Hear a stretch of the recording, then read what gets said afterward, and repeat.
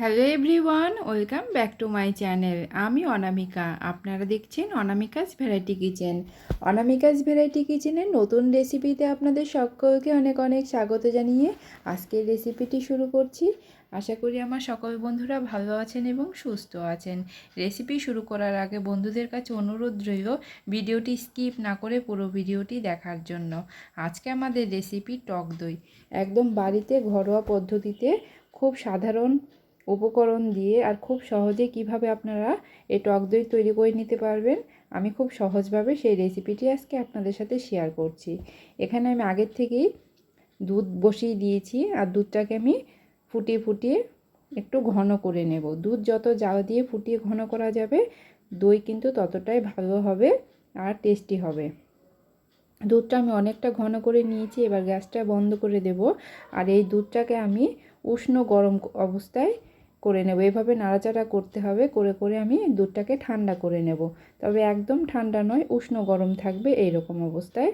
আমাদের দেখুন বাটিটা এখন হালকা গরম আছে আর আমি একটা আঙুল দিয়ে রাখতে পারছি, গরমটা সহ্য করতে পারছি, এই রকম গরমটা রাখতে হবে। এবার দুধের বাটিটাকে আমি এক সাইডে রেখে দিয়ে এদিকে আমি আগে থেকে আমার ঘরে পাতা, এই দইটাও আমার ঘরেই পাতা, তো 2 চামচ আমি টক দই নিয়ে নিয়েছি। এবার এই দইটাকে খুব ভালো করে ফেটিয়ে নিতে হবে।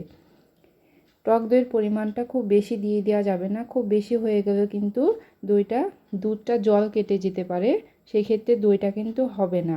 তাই দইয়ের পরিমাণটা বেশি একটা দেওয়া যাবে না। আমি 2 চামচ দই নিয়েছি। এখানে আমি একটা মাটির হাঁড়ি পরিষ্কার করে ধুয়ে রেখেছি আগের থেকেই। এবার আমি এই উষ্ণ গরম দুধটা ঘন যে জাল দিয়ে ঘন করে রেখেছি সেই দুধটা আমি হাঁড়ির মধ্যে দিয়ে দিলাম। এবার আমি যে টক দইটা আমি ফেটিয়ে রাখলাম বাটির মধ্যে, সেই টক দইটা আমি এবার এই দুধের মধ্যে দিয়ে দেব। আমি আবারও বলছি, টক দইয়ের পরিমাণটা কিন্তু খুব বেশি দেবেন না, সেটা মিষ্টি দইয়ের ক্ষেত্রেই হোক বা টক দইয়ের ক্ষেত্রেই হোক। এই দইয়ের পরিমাণটা খুব বেশি হয়ে গেলে কিন্তু দইটা ভালো হয় না, বেশিরভাগটাই দুধটা জল হয়ে যায়। তাই দইয়ের পরিমাণটা খুব বেশি দেবেন না। আমি 2 চামচ দই এখানে দিয়ে দিলাম। এবার আমি খুব ভালো করে এই দইটাকে দুধের সাথে মিশিয়ে নেব। আমি এটা দিয়ে খুব ভালো করে দইটাকে দুধের সাথে ভালো করে মিশিয়ে দেব। দেখুন এভাবে খুব ভালো করে ঘুরিয়ে ঘুরিয়ে মিশিয়ে দিচ্ছি। একদম সহজ পদ্ধতিতে দেখাচ্ছি, আপনারা যে কেউ এটা একবার দেখলে বাড়িতে তৈরি করে নিতে পারবেন। আর এই গরমে টক দই আমাদের শরীরের জন্য ভীষণ উপকারী।